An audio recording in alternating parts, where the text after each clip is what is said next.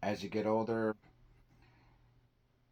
when you leave childhood and you leave the teenage life to become an adult, you're supposed to leave childhood and, you leave your, you know, teenage, years behind and accept adulthood. The problem is that when you reach this stage in your life, I mean, I'm going to be 40 years old pretty soon, if you can believe that. It's when you start seeing a lot of your favorite, your childhood favorites pass on. That's when the pain really comes. And these past few years, I've seen so many of my childhood favorites pass on, and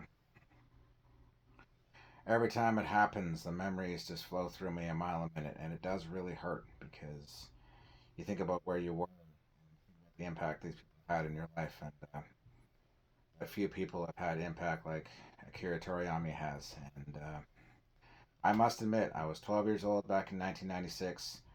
I was living in a very rough and dangerous part of town where I was in Victoria. I remember running on home to watch Dragon Ball Z. Became one of my favorite shows, and it was my first real introduction into Japanese anime in general. That's how I got into it. And you would think me being an athlete, me being the popular athlete that I was, I wasn't supposed to be into it, but I was. But that shows you just how much of an impact that Akira really had, and how much Dragon Ball Z really had on people growing up back then. And I just couldn't miss an episode. I was hooked. I remember getting a lot of the old merchandise.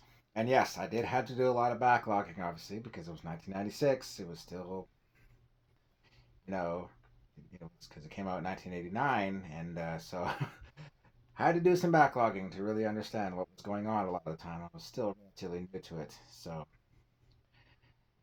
I had to get a lot of tapes. I had to spend a lot of my poor dad's money and some of my allowance too, just to get them all. I remember going to the video store, renting them, just getting a lot of the old merchandise as well, and just then after that, it wasn't just Dragon Ball. I was getting into a lot of other forms of anime as well. It opened me up to a brand new world, and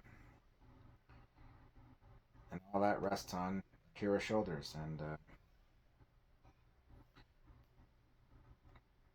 this is a man that sacrificed, that did what he loved, and at times maybe put his heart and soul and sacrificed a lot of his time to entertain us, the people, and inspire us as well.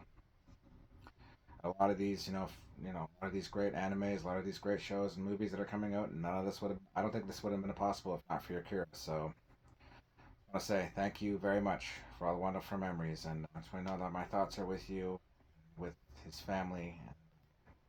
I know this is hard for you, but he may be gone physically, but his legacy will live on forever. And all I can say to everybody watching, make the most of what you got, because tomorrow is never promised, and to a lot of the younger people, just cherish your childhood favorites and childhood heroes because they're not going to be around forever. Eventually, their time will come too, and it's never easy. So, once again, thank you, Akira, for all the wonderful memories. And if you have any memories or your favorite episodes or favorite animes were, please comment down below. Till then, that's all I got. Take care. Good day, everyone.